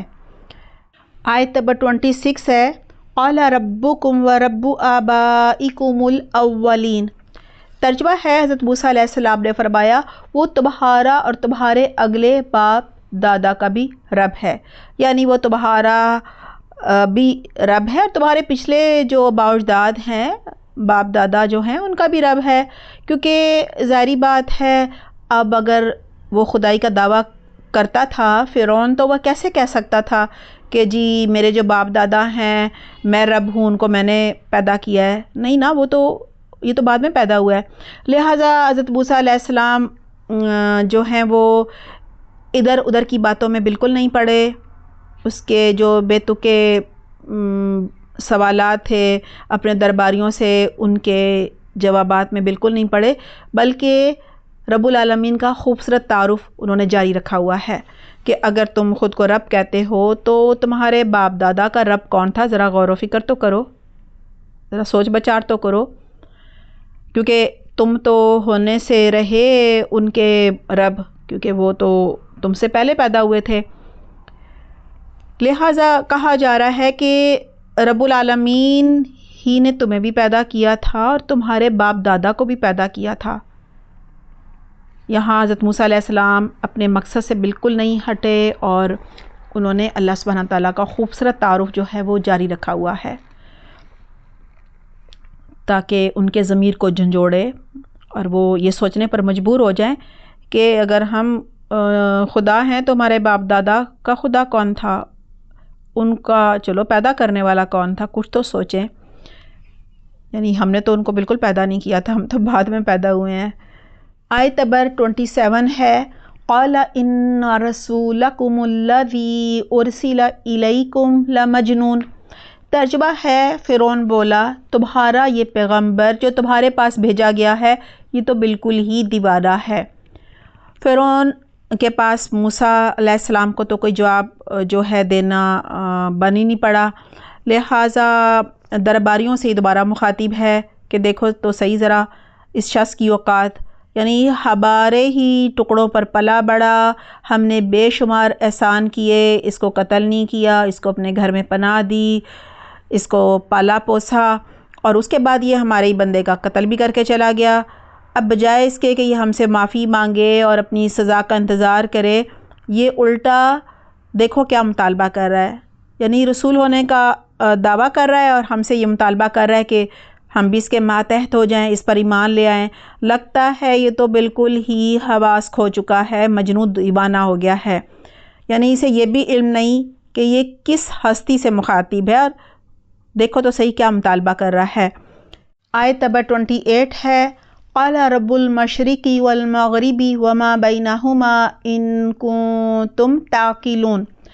ترجمہ ہے موسیٰ علیہ السلام نے کہا وہ مشرق اور مغرب کا بھی رب ہے اور ان کے درمیان کی ہر چیز کا بھی رب ہے، یعنی اگر تم عقل سے کام لو تو ذرا غور و فکر تو کرو۔ حضرت موسیٰ علیہ السلام فرعون کی ان فضول باتوں پر کہ انہیں مجنون کہا جا رہا ہے، دیوانہ کہا جا رہا ہے، بالکل توجہ نہیں دے رہے، بلکہ اللہ سبحانہ تعالیٰ کا جو تعارف ہے وہ بڑے ہی اعتماد کے ساتھ انہوں نے جاری رکھا ہوا ہے، اور کہا کہ اگر تم سمجھنے کے لیے تیار ہو تو ذرا غور و فکر تو کرو، سوچ بچار تو کرو، یعنی مجھے مجنون کہنے کی بجائے تم خود اگر عقل کل خود کو سمجھتے ہو تو ذرا یہ تو سوچو کہ یہ جو مشرق اور مغرب ہے اس کا رب تو اللہ سبحانہ تعالیٰ ہے، بلکہ آسمان و زمین کی ہر چیز اللہ سبحانہ تعالیٰ نے بنائی ہے۔ اور فرعون کو کہا جا رہا ہے ایک طرح سے کہ زمین کا ایک ذرہ بھی تم نے خود نہیں کچھ بھی تخلیق کیا، نہیں بنایا، ہاں بادشاہ بنے بیٹھے ہو، اور ظاہری بات ہے دنیا میں تو کوئی بادشاہ ہوتا ہے، کوئی وزیر ہوتا ہے، کوئی آقا ہوتا ہے، کوئی غلام ہوتا ہے، جیسے ہی سب مر جاتے ہیں تو بس اس کے بعد تو نہ کوئی بادشاہ ہوتا ہے، نہ کوئی آقا، نہ کوئی غلام، نہ کوئی وزیر، ٹھیک ہے، پھر تو ظاہر ہے جو اعمال کیے ہیں اس کے حساب سے ہی پھر آخرت میں اس کا سٹیٹس ہوگا، اس کا انجام ہوگا۔ تو یہاں یہ بتایا جا رہا ہے کہ تم خدائی کا دعویٰ کر رہے ہو، یہ مشرق مغرب کا رب تو اللہ ہے، یہ نظام تو اللہ چلا رہا ہے، کیا تم سورج نکالتے ہو، کیا تم غروب کرتے ہو، اور آسمان و زمین کے درمیان کی ہر چیز کا مالک یعنی مشرق و مغرب تک جو بھی چیزیں ہیں سب اللہ سبحانہ تعالیٰ کی ہیں۔ تو میں تو اسی رب کو مانتا ہوں جو مشرق و مغرب کا رب ہے اور ان کے درمیان کی ہر چیز کا رب ہے، اور اسی کے حکم سے یہ سارا نظام چل رہا ہے۔ آیت نمبر 29 ہے، قَالَ لَئِنِ اتَّخَذْتَ إِلَٰهًا غَيْرِي لَأَجْعَلَنَّكَ مِنَ الْمَسْجُونِينَ۔ ترجمہ ہے، کہنے لگا یاد رکھو اگر تم نے میرے سوا کسی اور کو معبود مانا تو میں تمہیں ضرور ان لوگوں میں شامل کر دوں گا جو جیل خانے میں پڑے ہوئے ہیں۔ فرعون نے جب دیکھا کہ موسیٰ تو رب العالمین کا تعارف کروایا ہی جا رہا ہے اور اس کے پاس کوئی بھی جواب نہیں ہے، تو ڈرانے کے لیے اب دھمکیاں دینے پر اتر آیا ہے۔ لہٰذا فرعون کہہ رہا ہے کہ میں تمہیں جیل میں ڈال دوں گا جس طرح میں پہلے بہت سارے لوگوں کو ڈال چکا ہوں، اگر تم نے میرے علاوہ کسی اور کو خدا مانا تو، یعنی تم کیا پیغمبر ہو بلکہ تم آؤ اور مجھے خدا مانو اور مجھے اپنا معبود اور بڑا مان لو، اس کے بعد دیکھی جائے گی۔ آیت نمبر 30 ہے، قَالَ أَوَلَوْ جِئْتُكَ بِشَيْءٍ مُبِينٍ۔ ترجمہ ہے، موسیٰ علیہ السلام بولے اور اگر میں تمہیں کوئی ایسی چیز لا دکھاؤں جو کہ واضح کر دے پھر۔ حضرت موسیٰ علیہ السلام نے معجزہ دکھانے کی بجائے پہلے دلائل سے رب العالمین کا تعارف کروایا تھا، توحید کی دعوت دی تھی اور دلائل سے بات کرنے کو ترجیح دی تھی تاکہ ایک دفعہ ان کے ضمیر کو جگایا جائے، اور جو باقی بھی فرعون کے ساتھ وہاں پہ اہل دربار تھے ان کو بھی غور و فکر کی، سوچ بچار کی جو ہے وہ مہلت دی جائے، اور اس کے بعد جب معجزہ دکھایا جائے گا تو ظاہری بات ہے زیادہ اثر ہوگا۔ لیکن فرعون کی دھمکی کے جواب میں حضرت موسیٰ علیہ السلام فرمانے لگے کہ اگر میں کوئی ایسا معجزہ دکھا دوں بالکل ہی واضح جو کہ یہ تمہیں بتا دے کہ میرا دعویٰ کہ میں اللہ سبحانہ تعالیٰ کا برحق رسول ہوں وہ واضح کر دے میرا معجزہ، تو کیا خیال ہے تمہارا؟ کیا پھر تم مجھے سچا پیغمبر مانو گے اور ایمان لاؤ گے اور مجھے قید ہی کرو گے، حالانکہ معجزہ جو ہے وہ میری صداقت کی دلیل ہوگا۔ آیت نمبر 31 ہے، قَالَ فَأْتِ بِهِ إِن كُنتَ مِنَ الصَّادِقِينَ۔ فرعون نے کہا اچھا واقعی سچے ہو تو لے آؤ وہ چیز، یعنی فرعون اب کیا کر سکتا تھا، اس کے پاس اب کوئی چارہ ہی نہیں تھا۔ اس نے کہا اگر واقعی تم سچے پیغمبر ہو تو لاؤ جو تم پیش کرنا چاہتے ہو، یعنی دکھاؤ معجزہ۔ آیت نمبر 32 ہے، فَأَلْقَى عَصَاهُ فَإِذَا هِيَ ثُعْبَانٌ مُبِينٌ۔ ترجمہ ہے، چنانچہ موسیٰ علیہ السلام نے اپنا عصا ڈال دیا تو اچانک وہ ایک سری اژدہا بن گیا۔ یہاں لفظ استعمال ہوا ہے ثعبان مبین، یعنی ایک بہت بڑا اژدہا بن گیا۔ جب فرعون کو یہ معجزہ دکھانے لگے تو اللہ سبحانہ تعالیٰ نے ظاہر تجربہ پہلے بھی کروایا تھا، اس پہ میں ابھی بات کرتی ہوں۔ تو جب انہوں نے اپنا عصا زمین پر ڈالا تو وہ بہت بڑا اژدہا جو ہے وہ بن گیا۔ حالانکہ سورہ طٰہٰ کی آیت نمبر 20 میں جب اللہ سبحانہ تعالیٰ وادی طویٰ میں پہلی بار حضرت موسیٰ علیہ السلام کو تجربہ کروا رہے تھے، ظاہر دربار میں یہ سب کرنے کی تیاری کروا رہے تھے، اور انہیں کہا تھا کہ اپنا عصا پھینک دو، اور جب پھینکا اور وہ سانپ بن گیا، پھر کہا کہ اٹھا لو، اور وہ ڈر کے بھاگ گئے، اور پھر اللہ نے کہا کہ نہ ڈرو اور اٹھاؤ۔ تو وہاں پہ سانپ کے لیے حیاتن کا جو لفظ ہے وہ استعمال ہوا تھا، ٹھیک ہے۔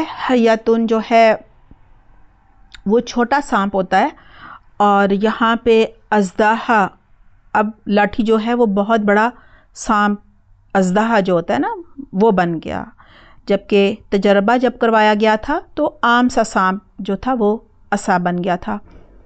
آیت نمبر 33 ہے وَنَزَعَ يَدَهُ فَإِذَا هِيَ بَيْضَاءُ لِلنَّاظِرِينَ، ترجمہ ہے اور اپنا ہاتھ کھینچ نکالا تو وہ بھی اسی وقت ہر دیکھنے والے کو سفید چمکدار نظر آنے لگا۔ یہ دوسرا معجزہ ہے، پہلا عصا کا معجزہ تھا، اور دوسرا معجزہ یہ تھا کہ جب حضرت موسیٰ علیہ السلام نے اپنا ہاتھ بغل میں سے نکالا تو وہ چاند کی طرح روشن اور چمکدار سفید ہو گیا۔ یہ دو معجزے انہوں نے دکھائے۔ آیت نمبر 34 ہے قال للملئ حولہ ان ھذا لساحر علیم، فرعون اپنے آس پاس کے سرداروں سے کہنے لگا بھائی یہ تو بہت بڑا کوئی جادوگر ہے۔ فرعون کو فکر ہوئی کہ کہیں معجزوں کا اثر درباریوں پر نہ ہو گیا ہو، کوئی ایمان ہی نہ لے آئے، لہٰذا فوراً اس نے موسیٰ کے یہ جو معجزے تھے ان کو بھی جھٹلایا، اس کی نبوت کو بھی جھٹلایا، اور مذاق اڑاتے ہوئے درباریوں سے کہنے لگا یہ تو یقیناً ایک بہت ہی بڑا جادوگر لگتا ہے، بہت عرصے سے جادو سیکھ کر آ گیا ہے، خوب اس نے مہارت حاصل کر لی ہے۔ آیت نمبر 35 ہے یرید ان یخرجکم من ارضکم بسحرہ فماذا تأمرون، ترجمہ ہے یہ تو چاہتا ہے کہ اپنے جادو کے زور سے تمہیں تمہاری سرزمین سے ہی نکال دے، بتاؤ اب تم کیا حکم دیتے ہو۔ ان معجزوں کو دیکھ کر فرعون پر تو ایسی ہیبت طاری ہوئی کہ اسے اپنی بادشاہی اور اپنا ملک جو ہے وہ چھننے کا خطرہ ہی لاحق ہو گیا، اور اسے یہ بھی فکر ہو گئی کہ کہیں درباری جو ہے وہ نہ ایمان لے آئیں۔ حواس باختہ ہو کر اپنے ہی درباریوں کے سامنے اقرار کرنے لگا کہ وہ اس بنی اسرائیل جیسی دبی قوم کے ایک فرد سے ڈر گیا ہے، ایک ایسے فرد سے جو بالکل نہتا تھا، کوئی اس کے ساتھ لاؤ لشکر بھی نہیں تھا۔ تو فرعون چیخنے لگا اور اپنے درباریوں سے کہنے لگا کہ یہ تو جادو کے زور پر تمہارا تختہ ہی الٹ دے گا، یعنی تختہ الٹ کر حکمران طبقے کو اقتدار سے بے دخل کر دے گا، اور جادو کے زور پر تمہیں تمہارے ملک سے نکال دے گا۔ اب تم سب کیا مشورہ دیتے ہو؟ یہ فرعون کی دنیاوی ذہانت تھی کہ اسے خطرہ محسوس ہوا، اس نے خطرہ پہلے سے ہی بھانپ لیا، اپنے درباریوں کو بھی آگاہ کر دیا کہ یہ تو سب غلاموں کے ساتھ مل کر ہمارے خلاف بغاوت کر دے گا اور ہمیں ہمارے ملک سے دربدر کر دے گا۔ آیت نمبر 36 ہے قالوا ارجہ واخاہ وابعث فی المدائن حاشرین، ترجمہ ہے ان سب نے کہا آپ اسے اور اس کے بھائی کو مہلت دیجئے اور تمام شہروں میں ہرکارے بھیج دیجئے۔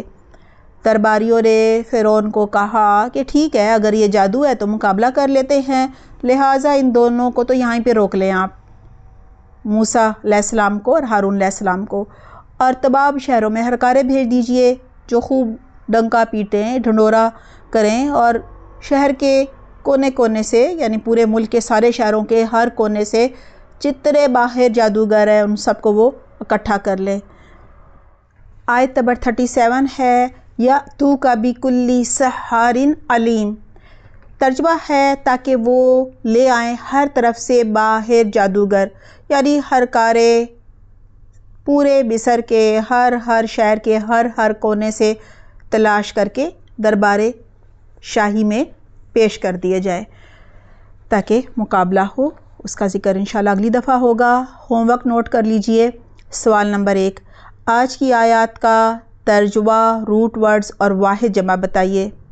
سوال نمبر 2، مومن کا قبر میں استقبال کیسے کیا جاتا ہے؟ ہمارا میرا جینا میرا برہ کا ٹاپک ہے مومن کا قبر میں استقبال۔ ویڈیو کا لنک ڈسکرپشن باکس میں دیا جا رہا ہے، ویڈیو دیکھ لیجئے گا۔ سوال نمبر 3، ثلاثی مجرد کے کتنے ابواب ہیں؟ ان کے نام لکھیے۔ ہمارا عربی گرامر کا لیسن نمبر 28 ہے، ٹاپک ہے ثلاثی مجرد کے ابواب۔ ویڈیو کا لنک ڈسکرپشن باکس میں دیا جا رہا ہے، ویڈیو دیکھ لیجئے گا۔ سوال نمبر 4، حضرت موسیٰ علیہ السلام نے رب العالمین کا تعارف کن الفاظ میں کروایا؟ 3 نکات لکھیے۔ آیات ہیں 23، 26 اور 28۔ سوال نمبر 5، فرعون نے کیا دھمکی دی تھی اور حضرت موسیٰ علیہ السلام نے دھمکی کا کیا جواب دیا؟ آیات ہیں 29 اور 30۔ سوال نمبر 6، حضرت موسیٰ علیہ السلام کے 2 معجزے کون سے تھے؟ آیات 32 اور 33۔ سوال نمبر 7، فرعون نے حضرت موسیٰ علیہ السلام پر کون سے 2 الزامات لگائے تھے؟ آیات 34 اور 35۔ اپنا بہت خیال رکھیے گا۔ سبحانک اللہم و بحمدک، نشہد لا الہ الا انت، نستغفرک و نتوب الیک۔ والسلام علیکم ورحمۃ اللہ وبرکاتہ۔